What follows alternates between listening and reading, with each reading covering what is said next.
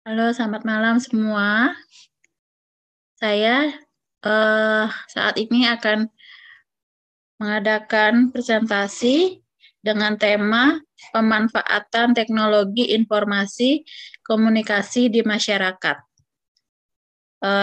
Ini dilakukan studi di daerah Bali.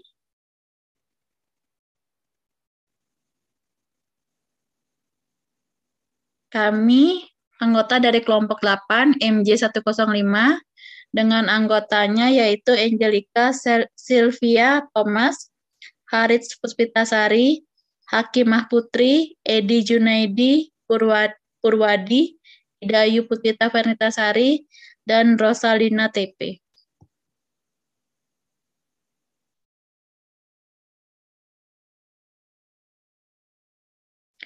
Perkembangan peradaban manusia diiringi dengan perkembangan cara penyampaian informasi yang selanjutnya dikenal dengan istilah teknologi informasi.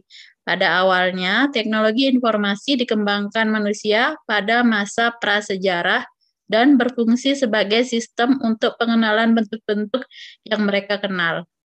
Mereka menggambarkan informasi yang mereka dapatkan pada dinding-dinding gua tentang berburu dan binatang buruannya. Sampai saat ini, teknologi informasi terus-menerus berkembang, tetapi penyampaian dan bentuknya sudah lebih modern.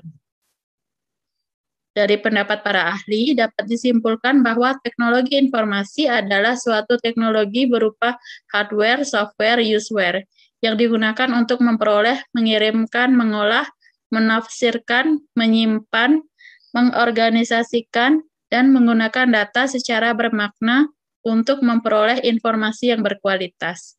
Perkembangan itu juga diiringi dengan perkembangan internet atau interconnected network sebagai media penyampai informasi yang sangat efektif. Pada era disruptif, perubahan zaman secara total dan masif yang menghancurkan tatanan lama berganti dengan tatanan baru yang sama sekali berbeda dengan hadirnya inovasi dan teknologi berbasis digital di masyarakat khususnya di Bali. Selanjutnya akan dilanjutkan oleh Kak Angelica, silahkan. Tidak asing lagi saat ini, penggunaan teknologi informasi dan komunikasi atau TIK dapat mengubah kehidupan masyarakat. TIK sendiri memungkinkan faktor jarak dan waktu menjadi tanpa batas serta mentransformasi masyarakat bahkan menjadi alat pembangunan vital di Indonesia termasuk di Bali. TIK juga memegang peranan sebagai teknologi kunci atau enabler teknologi. Jika diterapkan dan digunakan secara tepat, semakin tersedianya informasi untuk masyarakat, termasuk yang berada di daerah, menjadikan masyarakat Bali berkembang secara mandiri karena memanfaatkan TIK untuk kegiatan positif.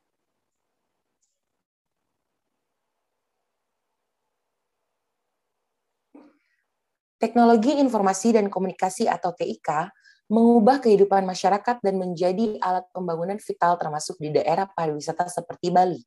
TIK juga memberikan perubahan sosial bagi masyarakat Bali secara positif dan negatif dari sisi kesejahteraan sosial, ikatan sosial, dan budaya. Tujuan penelitian ini adalah untuk mendapatkan gambaran tentang pemanfaatan TIK terhadap perubahan sosial budaya yang terjadi pada masyarakat di Bali. Metode yang digunakan adalah pendekatan kualitatif. Hasil penelitian menemukan bahwa kebanyakan masyarakat Bali sudah menggunakan TIK hampir dalam semua sektor kegiatan atau usaha saat ini. Terjadi perubahan metode di masyarakat sebatas cara berkomunikasi, mencari atau menyebarkan informasi, serta mempermudah pekerjaan. Masyarakat di Bali juga tidak terlalu khawatir dengan perubahan budaya akibat dampak negatif dari penggunaan TIK. Karena norma-norma yang terbangun di Bali masih cukup kuat dipegang oleh masyarakat. Tetapi filter dan antisipasi atas kecenderungan dampak negatif penggunaan TIK tetap harus disiapkan khususnya di sekolah-sekolah yang sejak dini menjelaskan dampak yang terjadi apabila disalahgunakan. Perumusan masalah atau what's the problem? 1. Bagaimana penerimaan masyarakat dan pola adaptasi masyarakat Bali dengan masuknya teknologi informasi? Kedua, Apa dampak dari masuknya teknologi informasi ke masyarakat yang memiliki kelekatan terhadap adat dan istiadat, juga norma keagamaan? Ketiga, apa yang dilakukan masyarakat dan juga pemerintah dalam perubahan sosial ini? Keempat, apakah dampak pandemi pada masyarakat Bali yang sudah banyak menggunakan teknologi informasi?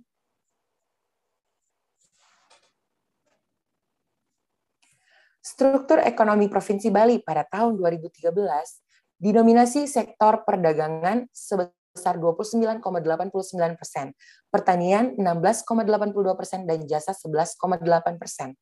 Pada sektor perkebunan, kontribusi subsektor perkebunan kelapa menjadi yang terbesar.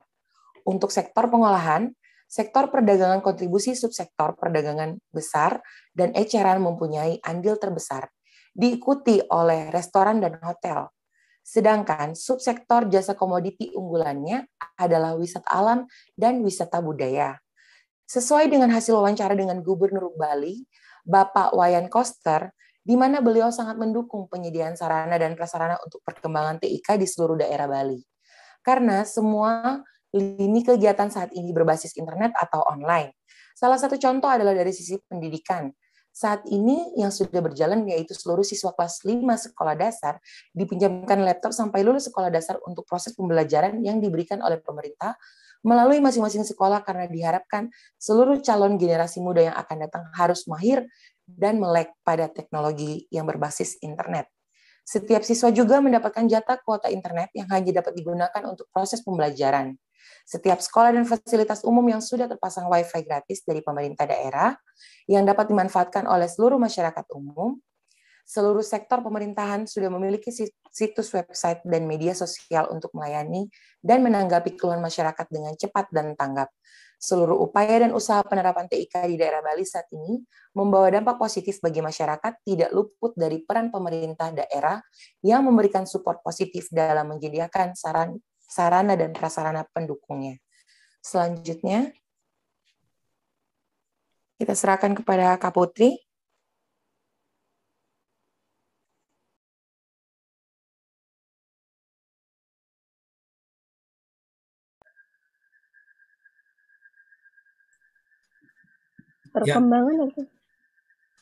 Perkembangan teknologi informasi dan komunikasi ICT telah membawa pengaruh yang besar, terutama bagi berbagai aspek kehidupan masyarakat, tidak terkecuali pada organisasi pemerintahan. Perkembangan untuk melakukan transformasi dan besar-besaran agar selalu memberikan pelayanan terbaik kepada masyarakat. Perubahan tersebut tidak hanya dalam produk pelayanan, tetapi juga pada struktur dan manajemen organisasi. Pada sisi yang lain, eksistensi Bali saat ini tidak terlepas dari konsistensi Bali dalam mempertahankan kearifan lokal dalam kehidupan masyarakat yang memiliki identitas yang jelas, yaitu budaya ekspresif yang termanifestasi secara konfiguratif yang mencakup nilai-nilai dasar yang dominan seperti nilai-nilai religius, nilai estetika, nilai solidaritas, nilai harmoni, dan nilai keseimbangan yang sejalan dengan prinsip pelayanan. Penggunaan kearifan lokal dalam layanan publik dalam reformasi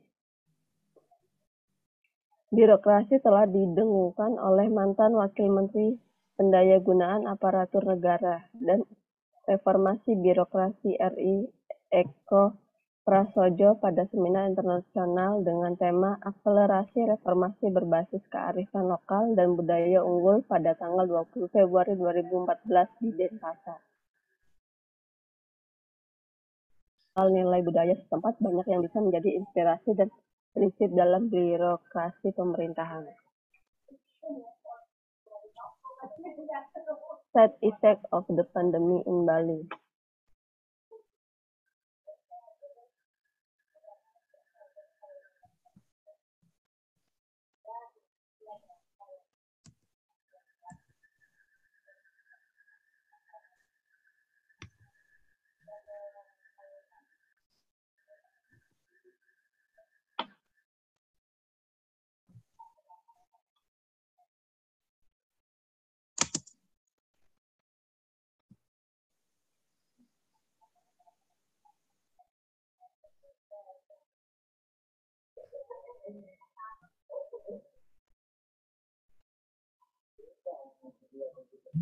Effect of the pandemic in Bali.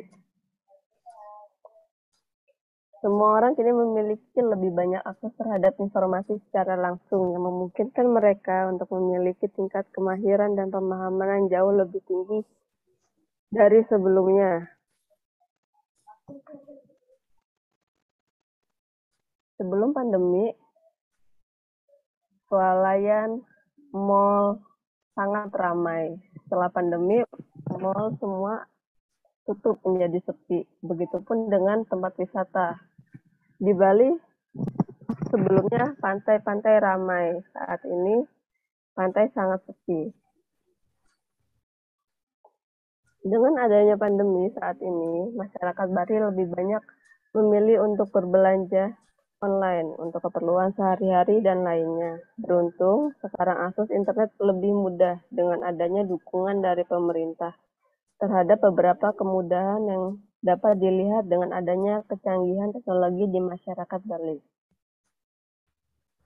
Sebelum belanja online, semua orang harus mendatangi toko fisik. Orang dengan kesulitan akses mobilitas tidak dapat berbelanja. Orang hanya dapat membeli barang yang tersedia di lokasi.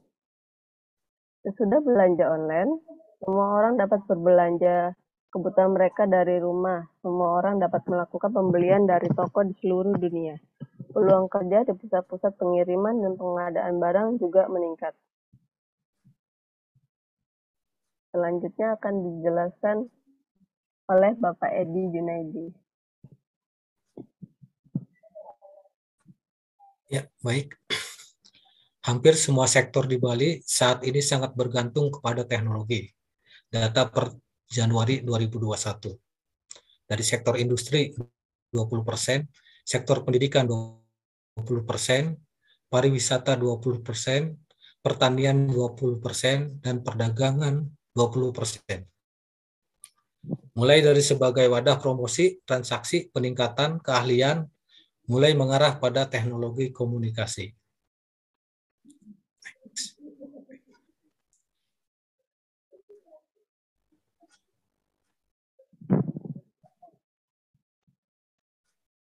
Solusi dan sugesti. Ilmu pengetahuan dan teknologi berkembang terus, bahkan ini berlangsung dengan pesat. Dengan adanya teknologi informasi dan komunikasi dapat memudahkan kita untuk belajar dan mendapatkan informasi yang kita butuhkan dari mana saja, kapan saja, dan dari siapa saja. Pengaruhnya meluas ke berbagai bidang kehidupan. Adanya teknologi informasi saat ini sangat menguntungkan karena diyakini mampu meningkatkan produktivitas kerja dengan tingkat akurasi, kecepatan, dan kemudahan yang tinggi. Teknologi informasi juga dapat membantu masyarakat dalam menyelesaikan permasalahan yang dihadapi dengan adanya teknologi informasi yang membuat masyarakat untuk lebih berinovasi. Banyak hal positif yang dapat kita ambil dan lebih bijak dalam menggunakan dan mengaplikasikan teknologi informasi dalam kehidupan yang dapat diselaraskan dengan adat istiadat dan norma yang berlaku di masyarakat. Tetapi kita juga harus menyadari bahwa semua itu mempunyai dampak yang buruk juga bagi kita semua, terutama generasi muda sekarang. Akan tetapi semua itu bisa terhilangkan jika kita semua menyadari bagaimana bahaya dari teknologi tersebut dan tidak mempersalahgunakan hal tersebut. Masih banyak di luar sana ataupun masyarakat di daerah terpencil yang masih membutuhkan bantuan untuk pengenalan dan pengaplikasian teknologi informasi di dalam kehidupan sehari-hari. Perlu adanya campur tangan dari pemerintah untuk dapat melanjutkan program-program pengembangan yang baik, agar semakin banyak masyarakat yang dapat merasakan manfaat dari teknologi informasi. Dan semoga dengan adanya teknologi informasi dapat membantu dari segi perekonomian masyarakat, kiranya juga masyarakat dapat memanfaatkan peluang-peluang informasi lewat perangkat teknologi yang ada. Dan dampak negatif dari berbagai fasilitas komunikasi, termasuk internet, sama sekali tidak dapat dipandang sebelah mata. Karena dampak negatif tersebut sangat mempengaruhi aktivitas penggunanya. Dapat juga melakukan beberapa contoh solusi di bawah ini dalam menanggulangi beberapa dampak negatif teknologi komunikasi, yaitu mempertimbangkan pemakaian TIK dalam pendidikan, khususnya untuk anak di bawah umur. Terus untuk mencegah kecanduan, orang tua perlu membuat kesepakatan dengan anak soal waktu bermain komputer atau smartphone. Dan selanjutnya pemerintah sebagai pengendali sistem informasi seharusnya lebih peka dan menyaring apa-apa saja yang dapat diakses oleh para pelajar dan seluruh rakyat Indonesia di dunia maya.